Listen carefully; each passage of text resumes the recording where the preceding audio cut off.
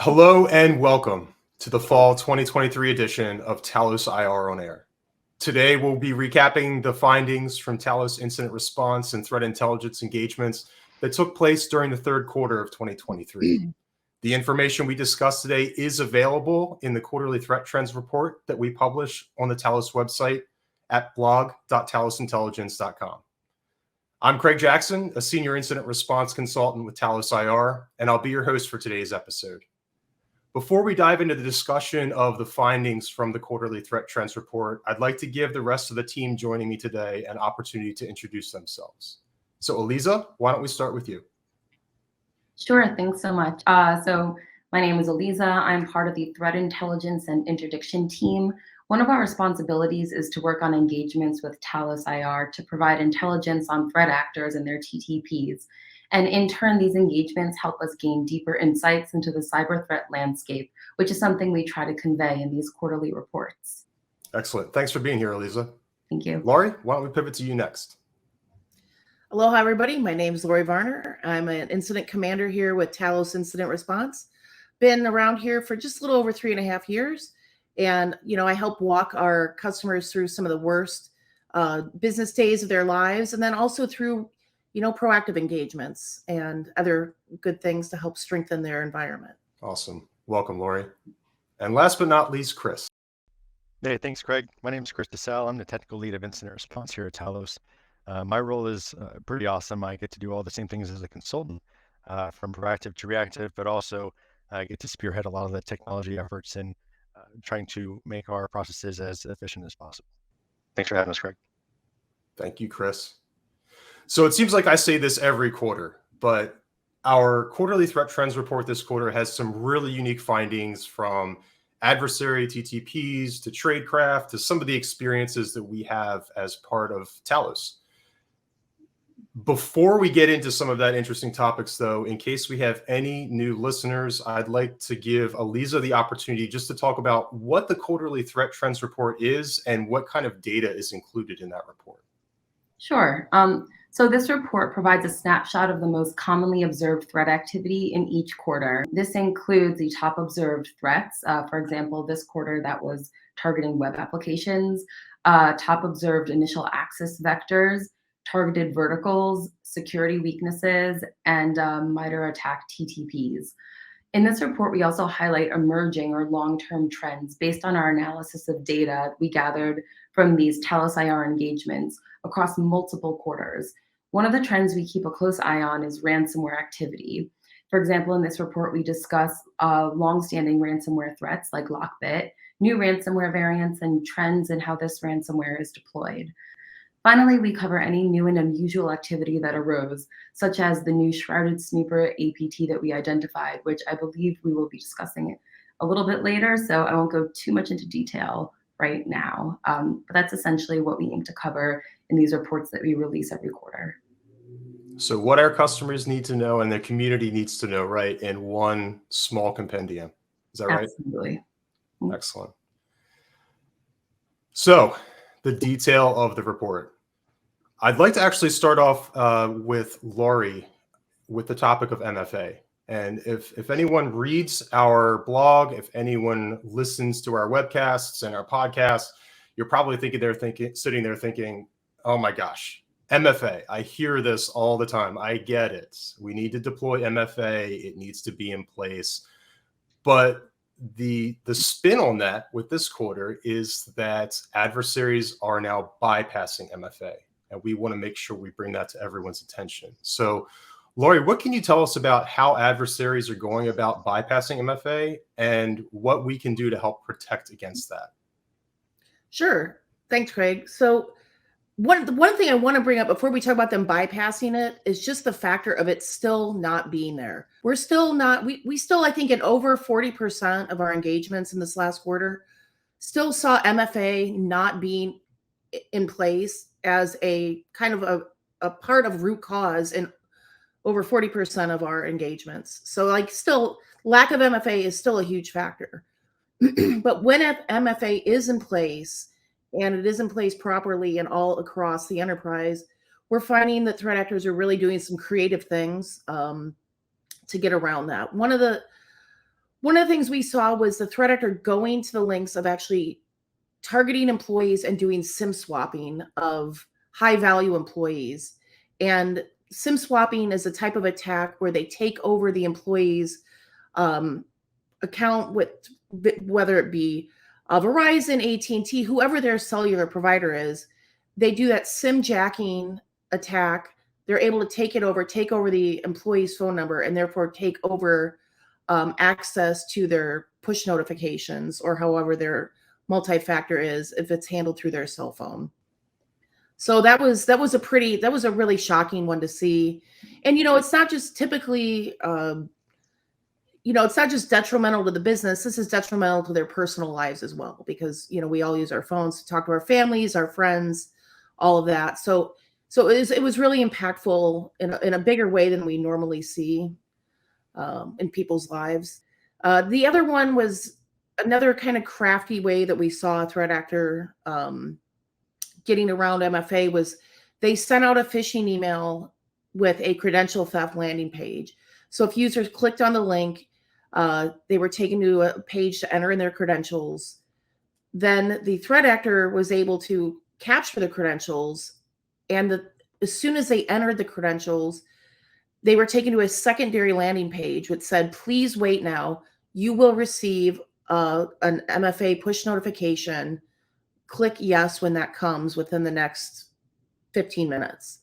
And so users waited, they clicked yes on their phones, and the threat actors were able to get in that way. And not so much of a bypass, but still another way users are getting around is just the use of MFA fatigue or MFA bombing to employees, where they just continue to send notifications to that employee's device until they finally just get fed up and click, "Okay, fine, yes," and allow, give that acceptance or that allowance into the network. Right.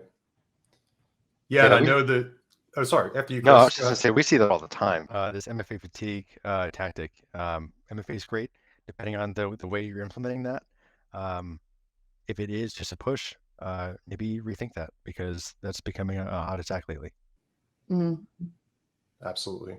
And not only, with those landing pages, not only waiting for that push, if you just have push enabled, but in some cases we see adversaries using those to steal session tokens, just, passing through all of the legitimate authentication and then grabbing that session token in the process. So there's a lot of different things, like Laurie was saying, like Chris has emphasized, a lot of things that we're seeing, a lot of ways adversaries are getting around MFA. Yeah. So Chris, you had mentioned, and I think Laurie as well, using that extra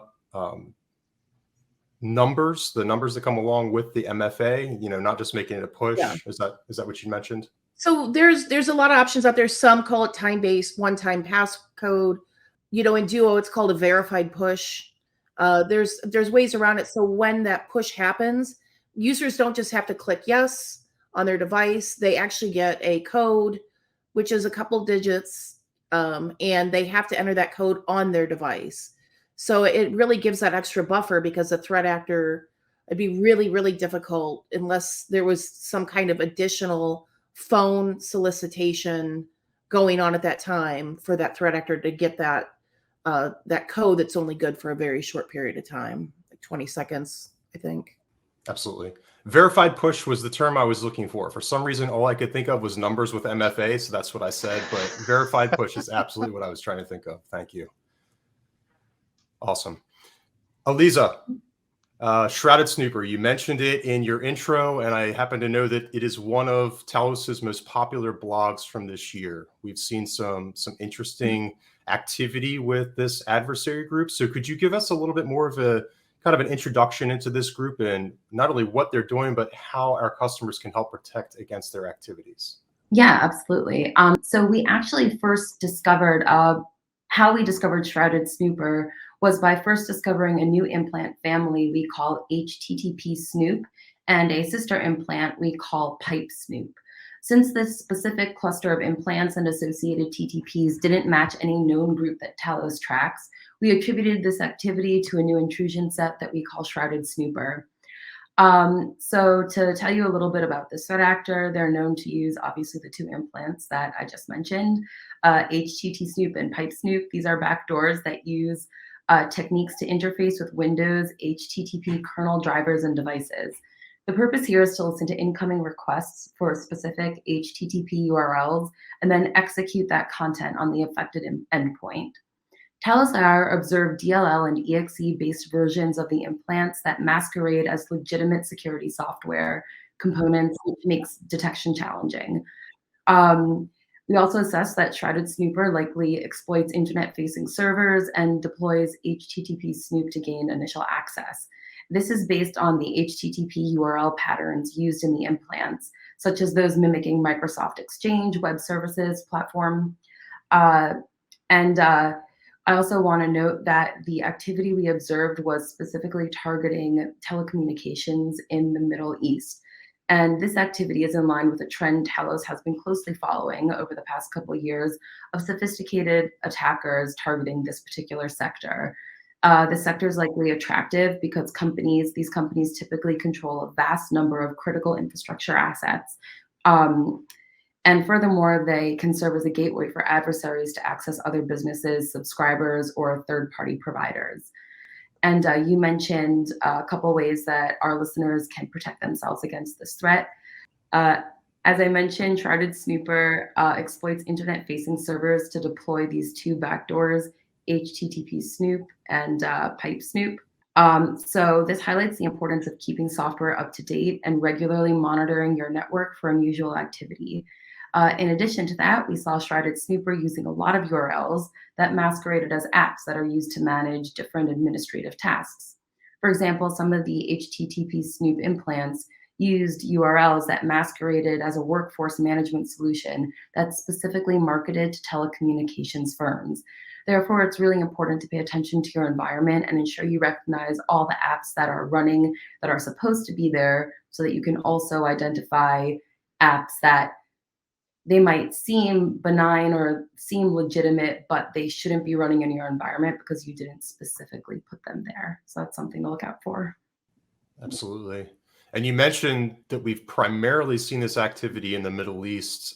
However, I'm wondering, do we anticipate maybe seeing it elsewhere? I don't want to necessarily go into speculation, but is it possible? Should we, give a forewarning that this activity could be seen elsewhere as well?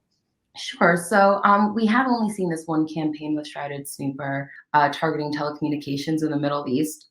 So we don't have any additional campaigns to mention right here. And the TTPs surrounding this threat actor are based on that observed activity. But that doesn't mean they can't be in other locations. We don't have any specific indications that this threat actor or this malware has been deployed elsewhere. But again, this is based on Talos IR data from engagements. And so it is completely feasible that there is more of this activity elsewhere. Excellent. Yeah, I don't want to cause alarm or anything, but it is good to know and just something to be wary of. Absolutely. Thank you. Chris, one topic that I saw in the threat trends report that I thought might be right down your alley is Supershell. And this is something that I think we've heard a lot about in the community, but I don't know that Talos has necessarily published anything about it or made any remarks about it yet. So can you tell us a little bit about Supershell and what that is and how adversaries are using it in their kill chain? Yeah, so Supershell, it's another thing to be wary of, right? There's a little bit in the community about it right now. There's just not too much. So happy that we're bringing this more to light. But we're looking at a web-based management platform that allows our threat actors to remotely execute commands, manage compromised systems, work collaboratively with multiple users. So that would allow a team of people to jump onto a web console. And when they jump onto that web console as a team, they can see a integrated terminal in their web prompt that would allow the whole team to see the same command prompt and perform command execution or remote command execution on compromised systems. The problem with having a web-based console like this, where many threat actors can collaborate, would allow for many different tactics and tradecraft to be performed on a certain system, rather than just be limited to one person that has experience and trying to exploit the vulnerabilities. So with this, it's also available on GitHub. So that's something to be wary of. It's written in a Chinese-only web interface, which gives us an idea of who this is really tailored towards. It is a Docker container, so it's really easy to spin up. And it reduces the barrier of entry for anyone who's trying to get into this space. It's quite a problem, and we're hoping that more C2 servers like this are getting illuminated by teams like Talos so that we can stop our customers by being attacked by these. Excellent. So it's interesting because I don't know if there's a misconception, but I have heard from, in conversations with other security team members elsewhere that this is kind of being regarded as a web shell or considered a web shell, or some people are reporting as a web shell, but it sounds like that's not actually the case. So it's a web management with a shell, right? But as far as the web shell feature, when I think web shell, I'm thinking about a piece of malware that maybe is written in a web technology like PHP that's then being executed by that web technology. In this case, this is very feature rich. We're not restricted to just web technologies, but rather OS technologies like Windows or Linux and so on. So this is ready to be executed on your systems no matter pretty much whatever OS you have. Gotcha. Yeah, and that's interesting to note, not only because web shells, as if you read the report, web shells have become prevalent again. We saw that in the first quarter of 2023. It's become very prevalent again this quarter. So it's important to make that distinction, but also be able to understand and have defenses in place to combat both of these types of threats. So I appreciate you bringing that up. So ransomware. We haven't really touched on it. It is a very hot topic. It has always been a hot topic, for the last several years at least. And there's some interesting findings in the quarterly threat trends report about the TTPs and the tradecraft that we're seeing adversaries using nowadays. So with this particular topic, I'd like to give everyone on the team an opportunity to kind of share their experiences. I know as an incident responder, when I talk to people either in the security community or outside of the security community, they always want to know, what are you seeing? What are adversaries doing? What kinds of activities do we need to be on the watch for? How are they innovating with their ransomware attacks? What can we get ahead of? Those types of questions. So, Laurie, I'm going to come to you first. If you can give us kind of a perspective from an incident commander of what you're seeing with ransomware these days. Ransomware everywhere, all the time, every day, 24/7, 365. One thing though we are seeing is our customers are being more vigilant. They're paying more attention to alerts. They're catching these indicators early. But what happens is, they call us to kind of assist because they're seeing things going on. And we're seeing all the indicators in a pre-ransomware attack. We're seeing command and control. We're seeing data staging, data exfil. We're just seeing, abuse of remote access tools. All of the indicators that ransomware is about to happen. And so when we come in and we are going to give you, the customer, we're going to give you some uncomfortable things, some big things to do to prevent that from happening. And we don't make those recommendations lightly, because we are to stop. We're there to try to stop that and prevent that from happening. And we've done that in several cases. And while we're going to come in and we're going to ask some big things of your team and your organization to do, it's so much better than having to deal with that ransomware catastrophe in the environment. So, but it's there all day, like I said, all day, everywhere, all around the globe. It's just constant that we're seeing that. Which is unfortunate. Yeah. Chris, from a you're a technical lead, but you're also the role of a consultant. So you're doing the analysis, you're doing the forensic analysis. What are your perspectives on that? Yeah, so thinking about the pre-ransomware tactics there before the ransomware is executed, and some of the other things that go under the radar. One thing that we talked about a C2 framework that's open source. There will be detections for that eventually, and we'll be safe. But when I'm thinking about people using legitimate tools, to spread malware to instead of using RDP that would usually be eliminated in an event log, rather using something that's usually used in the environment, or maybe something that maybe a shadow IT would leverage, like Splashtop or go to any kind of thing that's going to allow an adversary to get access to the system remotely and maybe run some commands to enumerate and pivot. Any of those tools are probably not getting the logs into any kind of SIM. There's really no visibility until you're doing host forensics.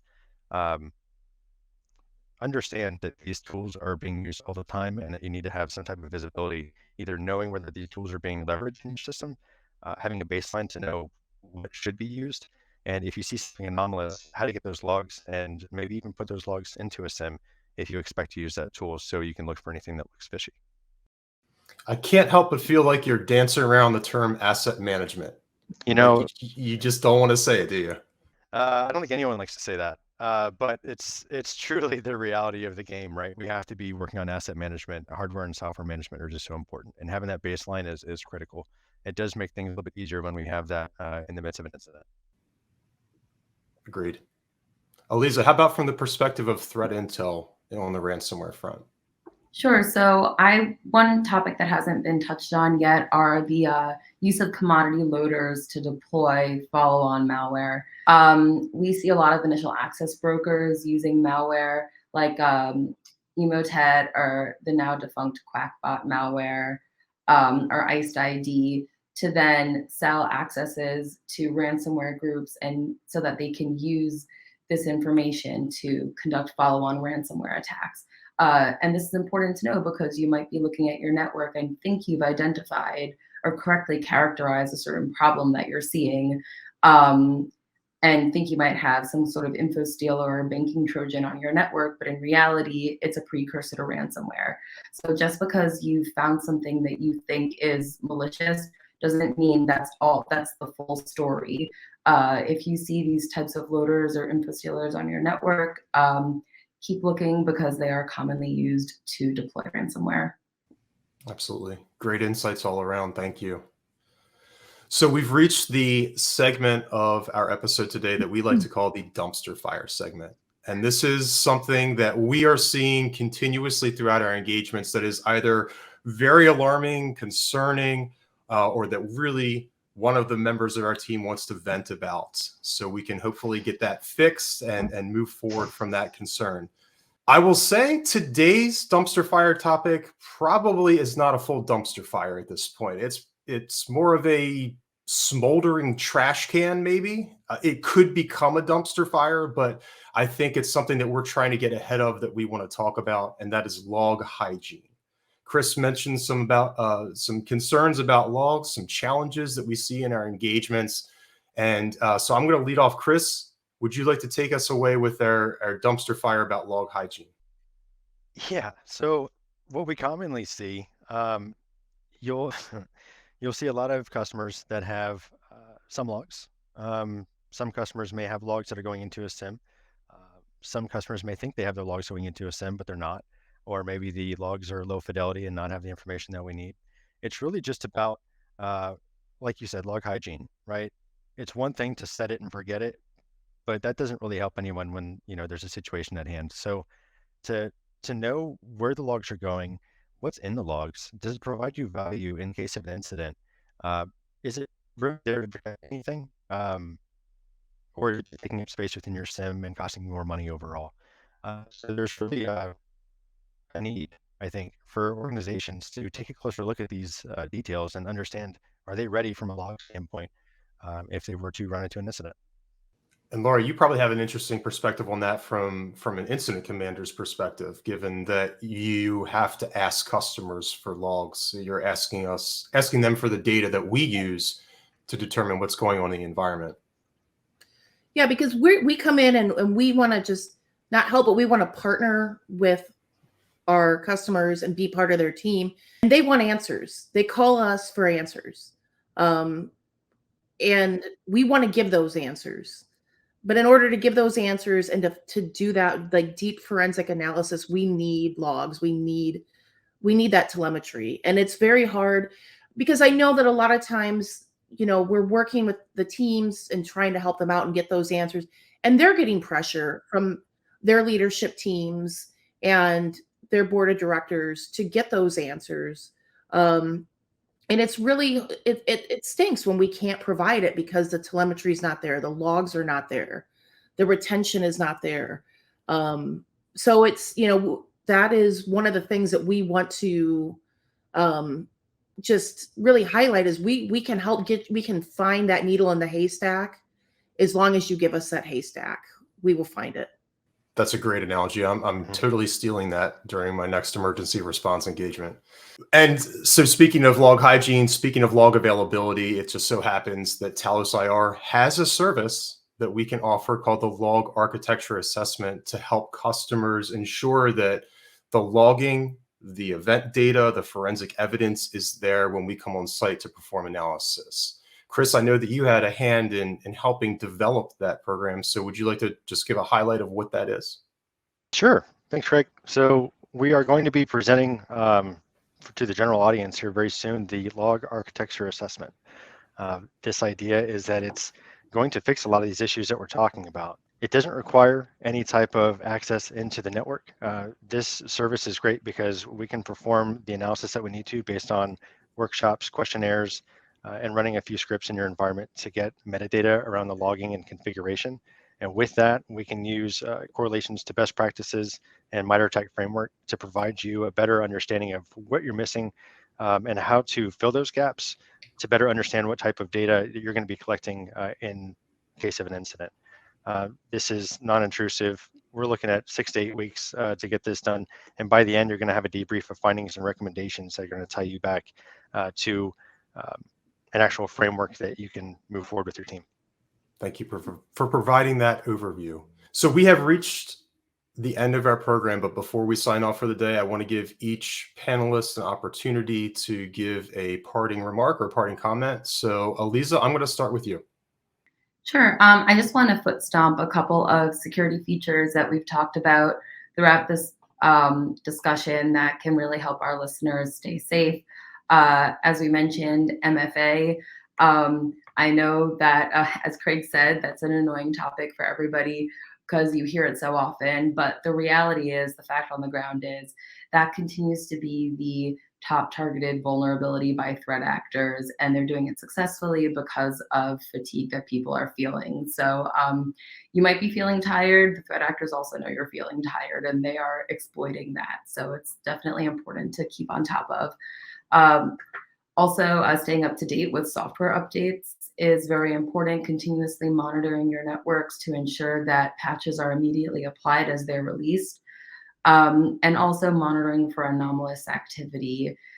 Just because something is a legitimate command or a legitimate application or program doesn't mean it's not been hijacked by a threat actor to conduct malicious activity. So knowing what's supposed to be there and what's not supposed to be there is incredibly important. Yeah, I think foot stomping was a great way of saying that, because these are the things that we talk about all the time, and we just continue to reiterate, right? We reiterate it because we continue to see it. If people want us to stop annoying them with it, then start updating your software and using MFA. Yeah, it's a challenge. It's a challenge. I know it's not easy for security teams to do that stuff on the fly. So, but it is so necessary. Yep. Laurie, final comments. All right. Well, I'm going to say aloha. I just want to say Cisco is amazing. The Talos organization is amazing. And I really just wanted to say a huge mahalo from the community of Maui for the help that they've given for the recent disasters that have happened with the wildfires. Donations for food and supplies have just been amazing. And then the support by Cisco and the team, and allowing me to volunteer with our Cisco crisis response team, and volunteering and giving me the time to volunteer and help my Maui Ohana and community has just been absolutely phenomenal. So yeah, that's all I got to say. And thank you for your work there as well, because I know you're a big component of that. Chris, final thoughts. Yeah, that's hard to follow up. Those were amazing. But to go back to the techie side, the nerdy side of things, I will say, to reiterate a bit of what Eliza was saying with defense in depth, right? We're in a world of 0 days. We have been for a while, but we're seeing more of that, and we just need to make sure that we're putting in the effort to make sure that if something does happen that is out of our control sometimes, that we have the protections in place to make sure that they're limited, so that we don't have to worry about any greater things happening to our environment. Absolutely. Absolutely. Before we wrap up, I also would like to say thank you to Nicole Hoffman and the Talos intelligence team that puts together these reports for us and for the community. It is a huge benefit. Thank you. Stay safe out there, and we'll see you next time.